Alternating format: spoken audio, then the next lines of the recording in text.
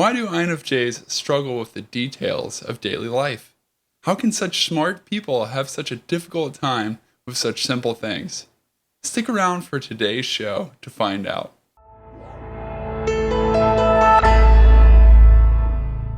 Just the other day, I was driving through my neighborhood, coming home after work, and I pulled up to a stop sign. When I got there, I'd noticed that the lady on my left had already arrived and was waiting to go, and then the gentleman on my right pulled in just before me. So I knew that it was the lady on the left's turn, so I waited. I waited patiently for her to go.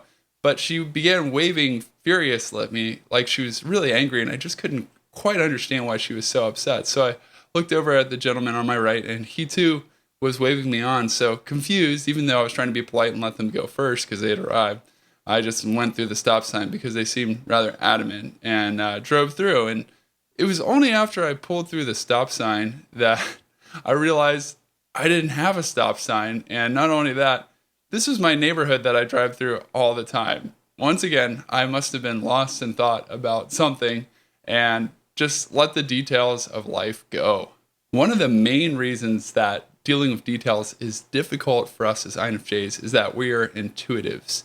We intuitives tend to focus on the big picture. We look at the forest and sometimes miss the individual trees because we're looking at the forest, as opposed to sensors, who are the majority of the people in this world. Actually, they number about 73%, depending on what source you're looking at. But if you're looking at the MBTI manual, you'll see that they're about 73% of the population when you add up the different sensing personality types. And sensors tend to focus on the details of life. They look at the tree rather than the forest, and they're good with concrete specifics. So when you look at their language, it tends to be filled with practical things in the real world, with specific people: Tom, Fred, Sarah, Jane, and different places. Going down to Jade Dragon for dinner, they might say, or I'm heading over to the El Rodeo Mexican restaurant. There are specifics that fill their conversations, whereas we as intuitives tend to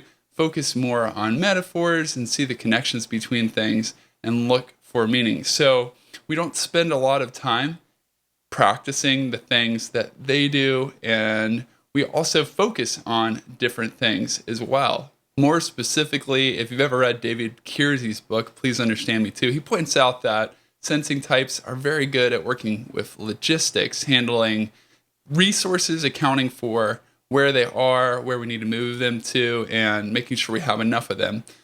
Or they're very good at tactics, figuring out how to get practical things done in the real world, as opposed to us NF types who are very good at diplomacy. We know how to word things and communicate with a variety of people to be helpful and to get things done. Or another way of putting it is diplomacy is the art of dealing with people in a sensitive or effective way, as I got from the dictionary on my computer. So to sum up, the bottom line is that sensors spend the majority of their lives worrying about real, practical, concrete specifics that they can observe with their senses, and they spend most of their time focused on these things. Whereas we intuitives, who are in the minority and thus feel a little bit weird because most people don't act like us, at least a lot of the people we rub shoulders with, are focused on possibilities, patterns, understandings, the future, and similar things. A second big reason why INFJs have a hard time with details can be found in our function stack. Now, if you're not familiar with the function stack, it is the deeper part of Myers-Briggs theory that explains why we do a lot of what we do. And every personality has 4 cognitive functions that are arranged in a hierarchy or power order. So the INFJ function stack is made up of introverted intuition, extroverted feeling, introverted thinking, and extroverted sensing. And since the first one is the most powerful and influential in the personality, it really drives what motivates a person. And for us, it's introverted intuition. And we tend to be interested in understanding ideas on a deep level, understanding why the world works the way it does, why people work the way they do, figuring out what makes other people tick. In fact, we tend to be really good counselors, coaches, and mentors for this reason, because we want to understand others, because our extroverted function, our auxiliary function, is one that is caring for people, that wants to help others grow and experience transformations, especially when combined with that first one. So we focus a lot on that. We focus on what makes other people tick, on psychology or understanding our own mental processes, on just people in general. But all of this big picture thinking doesn't leave much time for details. And if you look at the bottom of our function stack, that's where the detail-oriented part of us shows up. So it is part of us and we can do it. I mean, there are INFJ accountants out there and other people who work with details and people who are mailmen and women as INFJs. But it's stressful because we would much rather, most of the time, gravitate toward that introverted intuition. So when we have to focus on extroverted sensing, it can be fun for a little while, but when we have to do it for extended periods of time, it's really stressful. And thus, we don't spend a lot of time focusing on it, at least not until we're challenged to, or we really put ourselves in that place or a job requires us to do it or a family situation. But we always want to gravitate back toward the introverted intuition and that part of our personality. I love what David Kiersey says in his book, going back to Please Understand Me Too. He says that we tend to practice what we're good at, and what we're good at, we tend to like and practice. You could start at either end, neither is the beginning, but they reinforce each other so that you get this feedback loop, and what you experience success with, you tend to enjoy, and what you enjoy, you tend to experience success with, at least for the things you're specifically gifted to do. So for us as INFJs, that tends to be those intuitive practices or those intuitive hobbies or skills or abilities. So oftentimes it has to do with something of communication or theory or deep thought or understanding other people. It might be the reason you're watching this video right now and that you're interested in it, because a lot of sensors probably wouldn't want to look up this kind of information unless they were going through some kind of relationship crisis and they wanted to better understand their spouse, or they were interested in somebody, or some other reason, most of the time at least. So we gravitate toward the things that we do well at and really interest us. And then again, as we spend more and more time, we get better and better at them. But if we're spending time, again, on things that aren't detail-oriented, then we're developing a side of us that is going to be helpful, but that isn't going to help us with the practical details of daily life, like remembering specific appointments, remembering facts apart from theories, or taking care of paperwork. Not that we can't do those things, not that we can't pay attention to the stop signs or drive safely, because we definitely can.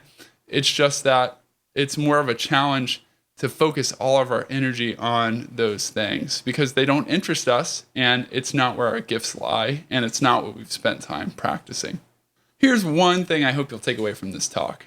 You're not messed up if you have trouble with the details, because all personality types, not just INFJs, gravitate toward their dominant functions. In school, for example, SPs have a really hard time concentrating because they'd much rather work with their hands. The kids that I have in the classroom that are SPs want to get up and move around. They want variety. They want to play with their pencils in their desk. They want to do things that involve tactics because that's what they're great at. That's where they feel the most stimulation. They get the dopamine rush. They're just wired to do things that way. If you try to engage an SJ, like an ESFJ or ESTJ, in a theoretical discussion, you'll probably notice that they tune you out pretty fast. And why is that? Well, they're wired to either relate to other people about practical, logistical things if they're an ESFJ, or as an ESTJ, they want to get stuff done in the practical world. They've got projects to take care of because that's what interests them and that's what motivates them. So you as an INFJ,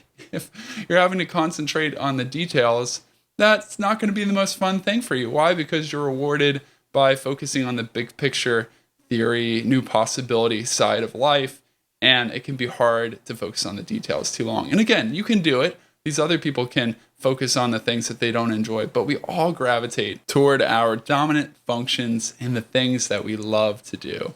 Secondly, before you feel frustrated that most of the world focuses on the details of practical life and you're not wired to focus on those things or rewarded for doing them, so you kind of have to operate out of your comfort zone a lot of the time to get by, I want you to stop and think for a second about all the cool gifts that you do have that this world really does need. There aren't many people who think like you, and you can help them to heal and grow and to change and to accomplish things that they never could without you. So you have some important gifts. And I also want to point out that just from observing other people, I've noticed as a general rule, and this is a very general rule, that usually people are good at one thing, but they struggle in another area. So someone might be really good at making money, but have a hard time with relationships. And someone might be really good at relationships, but have a hard time making money. And there are other aspects of life that, again, is a vague generality, but usually you don't have the whole package. So we need each other, and